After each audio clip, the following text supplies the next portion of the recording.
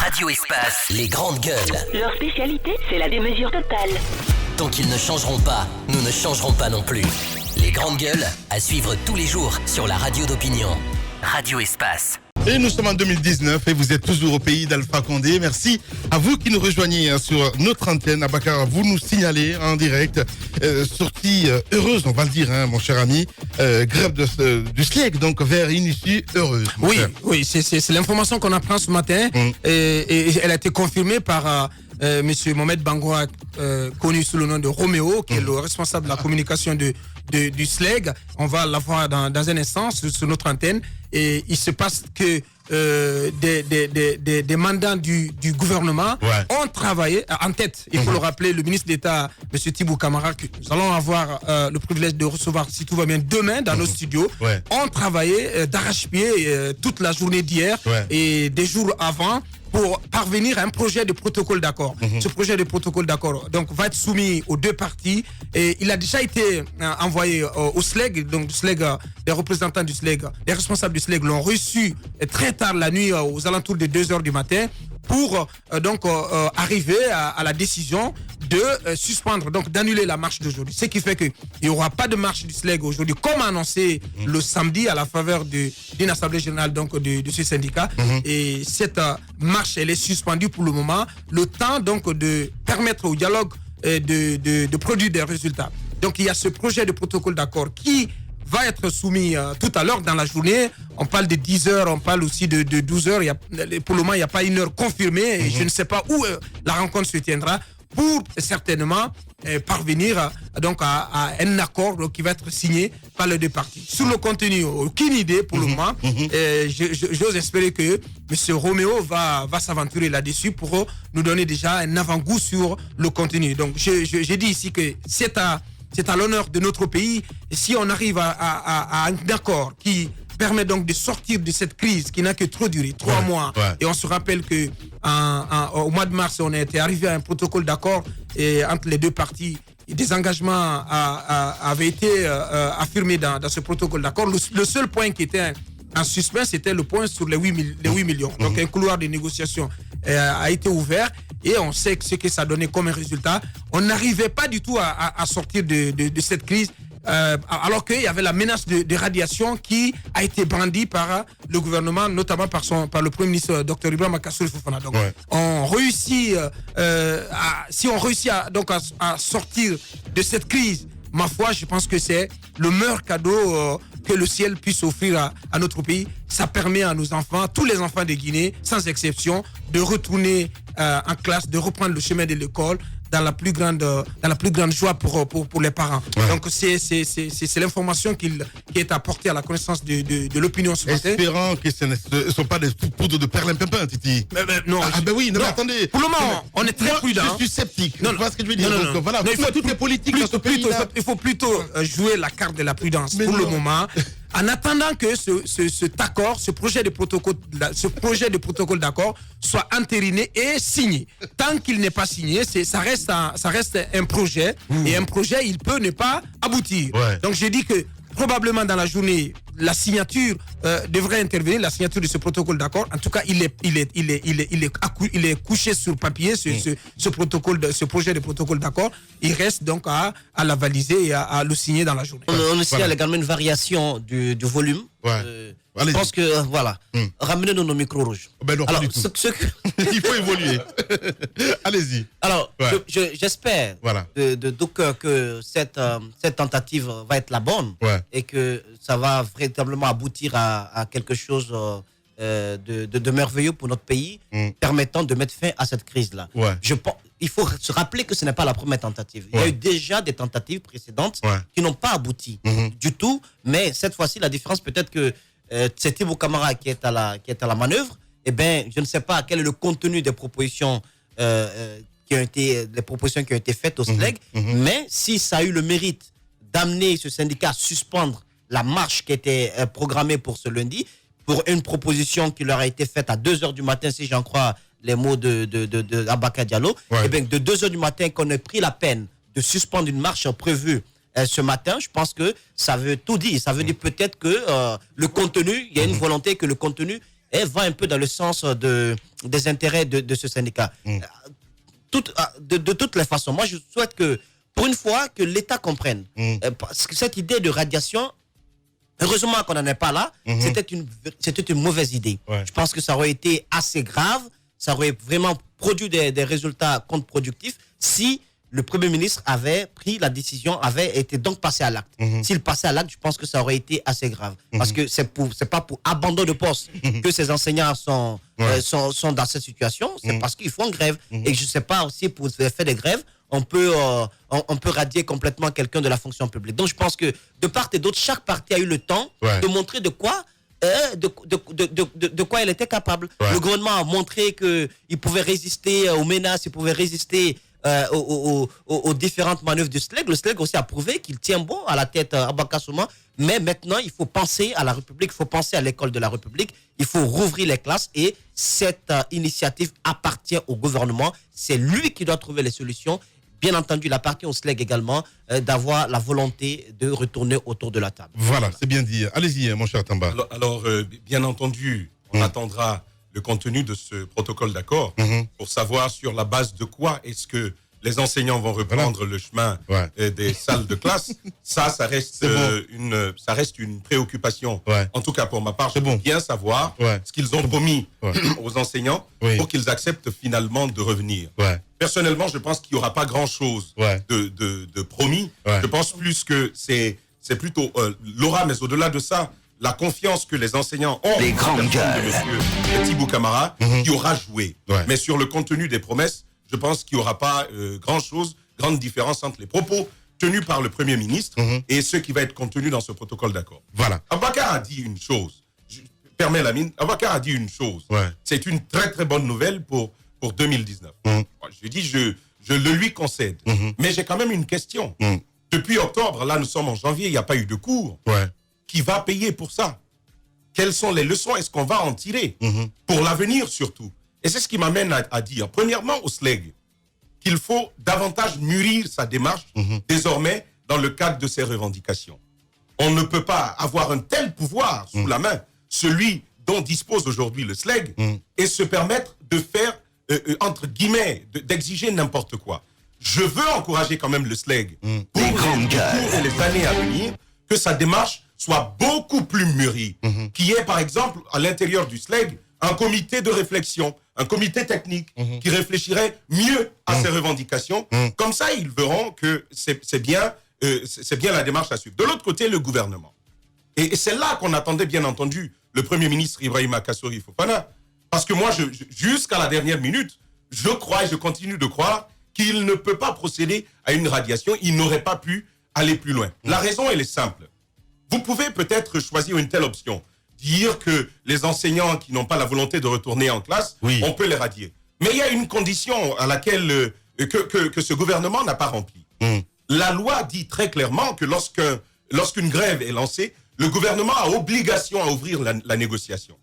Mais c'était plutôt un désordre que moi j'ai observé. On voit tantôt c'est Amadou Damaro Camara, tantôt c'est le gouverneur de la Banque centrale, tantôt c'est un simple volontaire, tantôt c'est Dansa Kourouma, donc des organisations de la société civile. Tout était comme ça, on ne savait plus qui parlait au nom de qui. Il y avait ce désordre-là. Et de ce point de vue, je peux dire, et je crois fermement ce que je dis, je peux dire que le gouvernement n'a pas véritablement négocié. Et si vous n'avez pas négocié, vous ne pouvez radier personne. Et ça, le Premier ministre doit l'entendre. Il doit l'entendre pour l'avenir, lui aussi. Parce qu'il y a d'autres crises qui vont être gérées. Il faudra plus de volonté de négociation. Vous ne pouvez pas quand même, vous ne pouvez pas tout de même faire litière des premières négociations. Non, mais des négociations officielles. Non, attendez.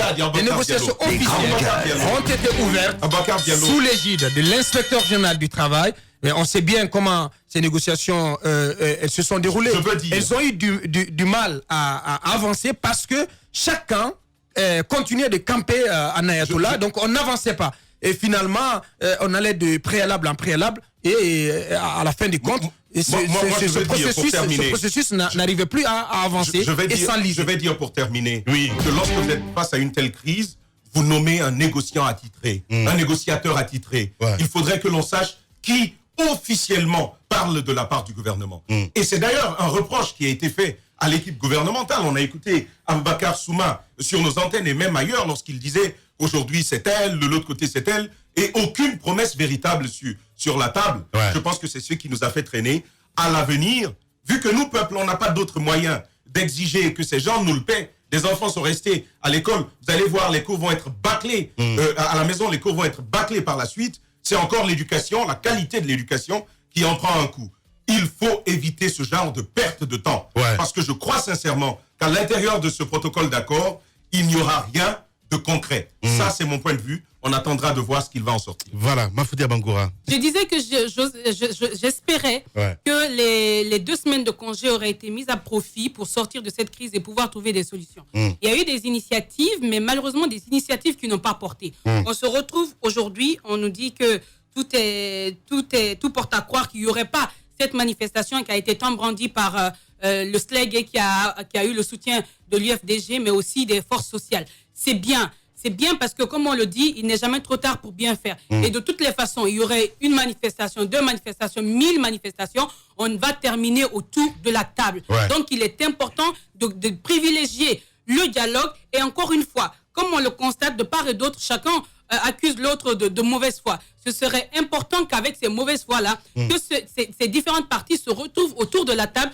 et qu'on puisse trouver une solution pour sortir de la crise. Parce qu'on ne peut pas comprendre, lors des derniers numéros des GG avant les congés, je le disais ici, mon appel c'était même à l'endroit des parents. Parce que cette passivité, à un moment, moi je me pose la question. Parce que ça fait des mois, 3 mois, les enfants ne suivent pas normalement les cours. Ce n'est pas un problème du FLEG et du gouvernement. Moi ce que je disais, Moïse même s'est inquiété, il s'est demandé si je faisais un appel à la révolte. Je disais non. Non, parce que lorsque c'est comme ça, lorsque vous êtes un père de famille, une mère de famille, qui a du mal à subvenir aux besoins de son enfant, qui sort tous les matins pour payer une scolarité. Lorsque l'État et les syndicalistes badinent avec, je pense que vous aussi, vous avez droit à la parole. Il y a l'association des parents d'élèves qu'on n'écoute même plus, mais les parents peuvent se faire entendre. Se faire entendre, ce n'est pas forcément aller dans la rue, il y a 1000 manières, c'est aussi une solution, mais le plus important, c'est de dire à ces 2 parties, écoutez, on en a marre, on a déjà du mal à joindre les 2 bouts. Ce qu'on veut, c'est que nos enfants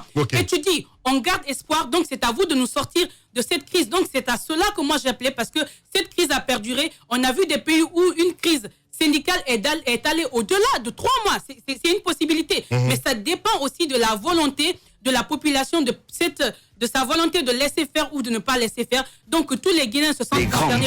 Encore une fois, c'est l'avenir de la nation qui est menacé. Les élèves, là, Tamba le disait tout à l'heure, comment on va faire pour réorganiser les choses pour que ce ne soit pas des élèves démunis qui passent aux examens, qu'on se retrouve avec des résultats, je ne sais pas, n'importe comment. Après, c'est pour s'étonner. C'est un débat qu'on va poser après qu'on ait. Non, exactement. Moi, je